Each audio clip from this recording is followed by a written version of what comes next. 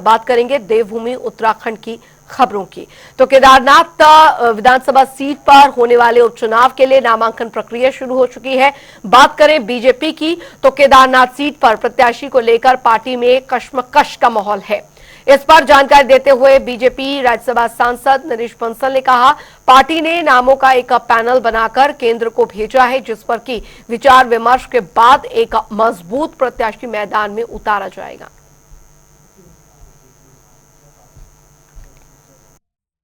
Bharatiya Janata party का प्रदेश नेतृत्व नामों का पैनल केंद्रीय नेतृत्व को भेज चुका है और आपको मालूम है कि पूरे देश में लगभग 50 उपचुनाव हैं और झारखंड और महाराष्ट्र के विधानसभा के चुनाव हैं, तो सभी पर प्रक्रिया जारी है और अभी आज नामांकन प्रारंभ हुआ है, अभी एक सप्ताह है। तो नामांकन की तिथि तक निश्चित रूप से प्रत्याशी की घोषणा होगी, मंथन के बाद होगी। कहीं कोई पेच नहीं है, पार्टी में पूरी पारदर्शिता है। निश्चित रूप से जीतने वाले प्रत्याशी की भारतीय जनता पार्टी घोषणा करेगी।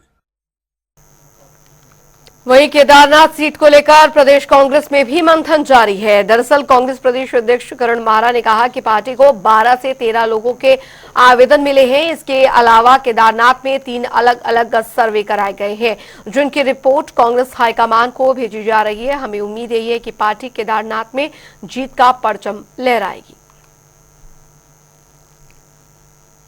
12-13 लोगों के नामों पर डिस्कशन चल रहा है और कार्यकर्ताओं से भी बात हुई है। जो हमारे वहाँ सर्वे टीमें गई थी, 3 अलग अलग किस्म की सर्वे हुई हैं, उसमें तीनों की रिपोर्ट्स भी लगभग हमारे पास हैं। उसको वो रिपोर्ट्स का सुझाव जो है वो हाईकमान तक पहुँचाया जाएगा। चूँकि बीजेपी भी अभी अपने टिकट का अनाउंसमेंट नहीं कर रही है और वहाँ भी कैंडिडेट्स हैं और रार चल रही है, तो इन सभी पहलुओं को ध्यान में रखते हुए कांग्रेस भी अपना स्टेप लेगी। तो एक और जहां पर उत्तराखंड कांग्रेस की ओर से लगातार जनता से संपर्क साधा जा रहा है, वहीं अब यूथ कांग्रेस भी चलो वार्ड चलो पंचायत अभियान चलाने जा रही है। इस अभियान के तहत यूथ कांग्रेस पंचायत और वार्डों में जाकर जनता से संपर्क साधेगी और इस पर जानकारी देते हुए आसिफ चौहान ने बताया कि पहले सभी को ऑनलाइन ट्रेनिंग दी जाएगी। अगर ऑनलाइन ट्रेनिंग के दौरान कोई दिक्कत पाई गई तो फिर कार्यकर्ताओं से 1-to-1 बात करके अभियान को आगे बढ़ाया जाएगा। इस अभियान के तहत हमारा जो कार्यक्रम है वो पंचायत लेवल स्तर पर जो है वो कार्यकर्ता तक पहुंचना और उन कार्यकर्ताओं को संगठन के साथ जोड़ना है। कहीं ना कहीं क्या होता है कि जो पंचायत का हमारे कार्यकर्ता या बूथ का कार्यकर्ता है वो कहीं ना कहीं संगठन से जुड़ नहीं पाता, क्योंकि हम उस तक पहुंचने में असमर्थ हो जाते हैं। लेकिन जो ये कार्यक्रम है इसके तहत क्या है कि हम पंचायत में जाके कार्यक्रम करेंगे। हमारे जो विधानसभा के पदाधिकारी हैं, जो जिला के पदाधिकारी हैं, जो भी अब कार्यक्रम हम करेंगे वो पंचायत और वार्ड में कार्यक्रम करेंगे, जिससे जाके जो हमारा आखिरी पंक्ति में बैठा हुआ कार्यकर्ता है जिससे हम रूबरू हो सके और उनको संगठन में उनको साथ लेकर संगठन को और मजबूती दें। तो इसके लिए हमने एक कार्यक्रम की रूपरेखा तैयार की। उधर आपको बता दें कि यूसीसी यानी कि समान नागरिक संहिता को धामी सरकार जल्द धरातल पर उतारने की तैयारी कर रही है, जिसे लेकर जहां एक तरफ बीजेपी में उत्साह का माहौल है तो दूसरी तरफ कांग्रेस पार्टी लगातार सरकार को घेरने का काम कर रही है। खुश हूँ कि यूसीसी उत्तराखंड में बहुत जल्द लागू होगा।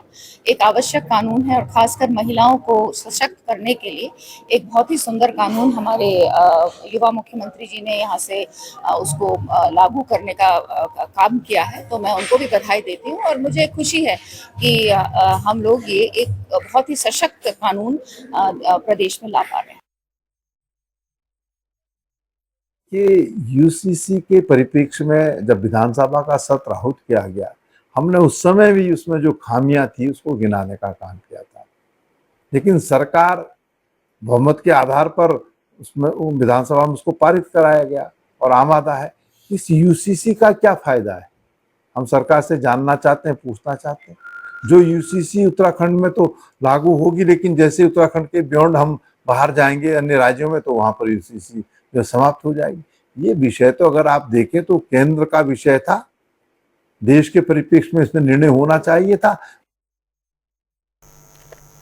उधर आपको बता दें कि मसूरी में गृह मंत्री अमित शाह के जन्मदिवस के मौके पर बीजेपी कार्यकर्ताओं ने मंत्री गणेश जोशी के नेतृत्व में जश्न मनाया। इस दौरान उन्होंने गृह मंत्री अमित शाह की लंबी उम्र की कामना की। वहीं कैबिनेट मंत्री गणेश जोशी ने कहा कि राष्ट्र राजनीति के चाणक्य और वर्तमान लौह पुरुष अमित शाह जी का जन्मदिन है और जिसको भारतीय जनता पार्टी मसूरी के कार्यकर्ता इसे बड़े धूमधाम से मना रहे हैं। बता दें कि इस मौके पर कैबिनेट मंत्री गणेश जोशी मसूरी के उप जिला चिकित्सालय पहुंचे, जहां उन्होंने मरीजों को फल वितरित किए और इस दौरान उन्होंने अस्पताल का निरीक्षण भी किया। राष्ट्रीय राजनीति के चाणक्य, जन इच्छा शक्ति के प्रतीक, मैं तो लौह पुरुष कहूंगा, अमित शाह जी का जन्मदिन है और आज भारतीय जनता पार्टी मसूरी के कार्यकर्ता बड़े धूमधाम से मना रहे हैं। और आज हमने इसकी शुरुआत मसूरी हॉस्पिटल में यहाँ के मरीजों को फल वितरित करके की है, क्योंकि आज भारतीय जनता पार्टी को इन ऊंचाइयों तक अगर पहुंचाया है तो अमित शाह जी ने पहुंचाया है। धारा 370 और 35 से को अगर समाप्त करने की हिम्मत की है तो अमित शाह जी ने की, उन्हीं के।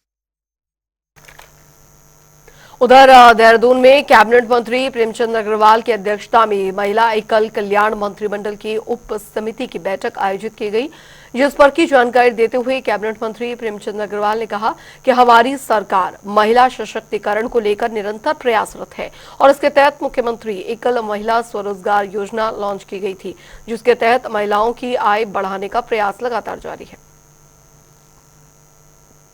माननीय मुख्यमंत्री जी की घोषणा के अनुसार एक स्कीम लॉन्च हुई थी जिसका नाम है मुख्यमंत्री एकल महिला स्वरोजगार योजना। उसके लिए हम लोग बैठे थे कि उप समिति बनी है, सिर्फ मैं ही उसमें एकमात्र उप समिति का अध्यक्ष कहिए या जो भी, उस नाते 1 जुलाई को भी हम बैठे थे और आज दोबारा बैठना हुआ। कैसे हमारे यहाँ की जो पात्र महिलाएं, मैं पात्रता भी बताऊंगा, उनको हम आत्मनिर्भर कर सकें। उधर आपको बता दें कि उत्तराखंड दुग्ध उत्पादन भी लगातार आगे बढ़ रहा है और सरकार इसको और आगे बढ़ाने के लिए लगातार प्रयास भी कर रही है। वहीं इस पर जानकारी देते हुए दुग्ध विकास मंत्री सौरभ बहुगुणा ने बताया कि 2021-22 में जब उन्होंने इस मंत्रालय को संभाला था तो उस समय जो उत्तराखंड का आंचल दूध है इसको लेकर काफी शिकायतें भी थी, लेकिन उन्होंने इस शिकायतों को दूर किया। साथ ही उन्होंने कहा कि पहले उत्तराखंड के दुग्ध संघ नुकसान में थे, लेकिन आज के समय में सभी दुग्ध संघ मुनाफे में है। वो सबसे प्रमुख रीजन थे कि मैंने सोचा था कि जो 3 अपने विभाग हैं, फिशरीज, पशुपालन और हमारा मिल्क फेडरेशन, इनके उपलब्धियां जो हमने पिछले 3 साल में माननीय पुष्कर सिंह धामी जी के नेतृत्व में अचीव करी हैं, और दूसरा 2 बहुत महत्वपूर्ण घोषणाएं करनी थी। हम उत्तराखंड के जितने भी दुग्ध पालक हैं उनको सौगात देना चाह रहे थे दिवाली से पहले। तो जो हमारी 12.5 करोड़ रुपए की सारे दुग्ध संघों की एक पेंडेंसी है, दूध की जो रेट की हमको पेमेंट करना था, वो हम दिवाली से पहले सारे हमारे 53,000 जो दूध पालक हैं उनके अकाउंटों में हम क्रेडिट करेंगे। दूसरा, जो हमारी प्रोत्साहन राशि जो हमारी पेंडिंग थी 5 करोड़ 80 लाख के आसपास की प्रोत्साहन राशि है, वो भी हम सारे दुग्ध पालकों को दिवाली से पहले उनके अकाउंटों में क्रेडिट करेंगे, ताकि सबकी दिवाली शुभ हो, सब अपने परिवार के साथ खुशी खुशी दिवाली मना सके। उधर ग्राम्य विकास मंत्री गणेश जोशी की अध्यक्षता में उत्तराखंड राज्य रोजगार गारंटी परिषद की बैठक आयोजित की गई और इस दौरान मंत्री ने परिषद की ओर से अब तक किए कामों की समीक्षा की। इसके अलावा भविष्य की योजनाओं पर विस्तार से चर्चा भी की गई। वहीं बैठक में मंत्री ने निर्देश दिए कि जिला स्तर पर जल्द से जल्द जेई और रोजगार सेवकों के रिक्त पदों की नियुक्ति सुनिश्चित की जानी चाहिए ताकि विकास कार्यों में गति लाई जा सके।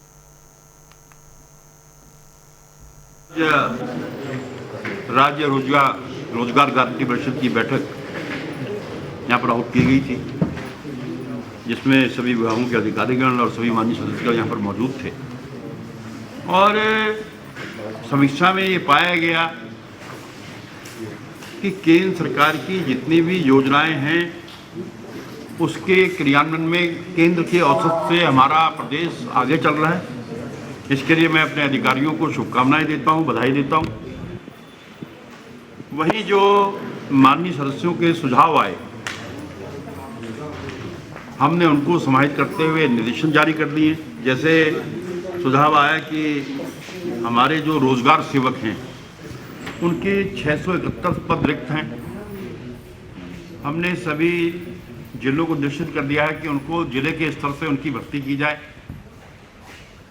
ताकि ये काम शीघ्र हो सके। इसी प्रकार जो जेईज हैं, जो 243 पद खाली हैं, वो भी जिले के स्तर से भरे जाए ताकि काम जल्दी हो सके। उधर आपको बता दें कि देहरादून में खेल एवं युवा कल्याण मंत्री रेखा आर्या ने 38वें राष्ट्रीय खेलों को लेकर उत्तराखंड ओलंपिक एसोसिएशन और विभिन्न खेल एसोसिएशन के पदाधिकारियों की बैठक ली और इस दौरान कई महत्वपूर्ण निर्णय लिए गए।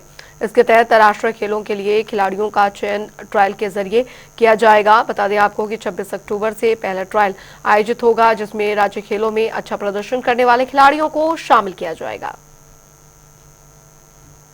आज राष्ट्रीय खेलों के निमित्त खिलाड़ियों के चयन के परिप्रेक्ष्य में उत्तराखंड ओलंपिक एसोसिएशन के साथ में उनके पदाधिकारियों के साथ में आज बैठक आहूत की गई है और उस बैठक में खिलाड़ियों का चयन किस प्रकार से किया जाएगा इसको लेकर चर्चा हुई है, जिसमें प्रारंभिक चयन ट्रायल का आयोजन से लेकर फाइनली चयन करने तक किस समय से लेकर किस समय तक में ये प्रक्रिया की जाएगी अथवा उन बच्चों के कैंप कब से हम लोग लगाएंगे, ये आज डिस्कस हुआ है और ये सहमति बनी है कि 26 अक्टूबर से बच्चों का पहला कैंप लगेगा और वो कैंप जो है उन बच्चों का रहेगा जिन्होंने स्टेट गेम्स में पार्टिसिपेट किया था और जो फर्स्ट सेकंड थर्ड जो आए हैं उन बच्चों के लिए जो है एक पहला कैंप 26 तारीख से हम लोग स्टार्ट करने जा रहे हैं, जिसे कि उत्तरांचल ओलंपिक संघ स्टार्ट करेगा।